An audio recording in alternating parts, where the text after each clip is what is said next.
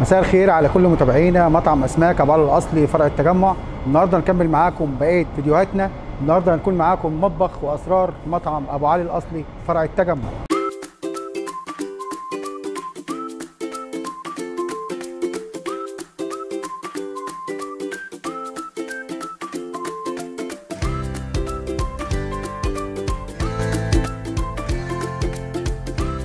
فاحنا دلوقتي معاكم هنعمل مكرونه السي فود اللي مميز بيها مطعم ابو علي الاصلي، ودي المكونات اللي قدام حضراتكم اللي احنا بنشتغل عليها. ده الصبيط والجمبري بتاعنا، الزبده، الشبت، توم، البصل، ودي المكرونه البنه اللي احنا بنشتغلها، فلفل الوان، الكريمه بتاعتنا، عندنا زعتر وعندنا الكريمه اللباني وعندنا اللبن، ملح، فلفل ابيض، مرق الدجاج، كمون، جنزبيل، كزبره. هناخد قطعه من الزبده، توم بسيط،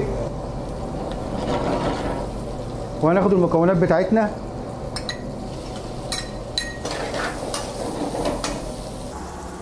بصل متقطع قطع صغيره. الحاجه بعد ما تتشوح زي ما حضراتكم شايفين بننزل باللبن بتاعنا.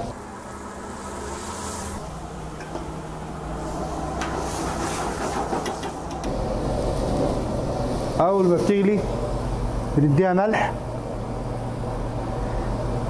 فلفل ابيض، مرق الدجاج بودر، جنزبيل بسيط، كزبره برضو بسيط،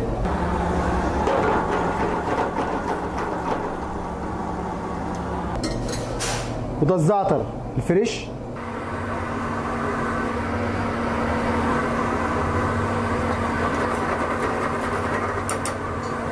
وده صوص الكريمه اللي احنا بنشتغل بيه.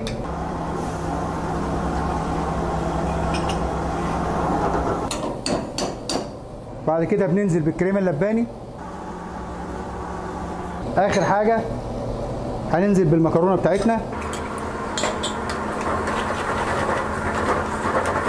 مع رشه بسيطه من الشبت الناعم. كمان بنضيف لها موتزاريلا. دلوقتي المكرونه بتاعتنا يعتبر خلصت، ودلوقتي بعد ما خلصنا المكرونه بتاعتنا هنفنش المكرونه مع بعض. وبناء على طلبات حضراتكم في الكومنتات، دي مكرونه ابو علي الاصلي السي فود الصوص الابيض. واستنونا عشان نشوف كل جديد من مطبخ ابو علي، واكتبوا لنا في الكومنتات ايه الاصناف اللي تحبوا تشوفوها معانا. Wait a minute, get it how you live it. 10 toes in when we standing on business. I'm a big stepper.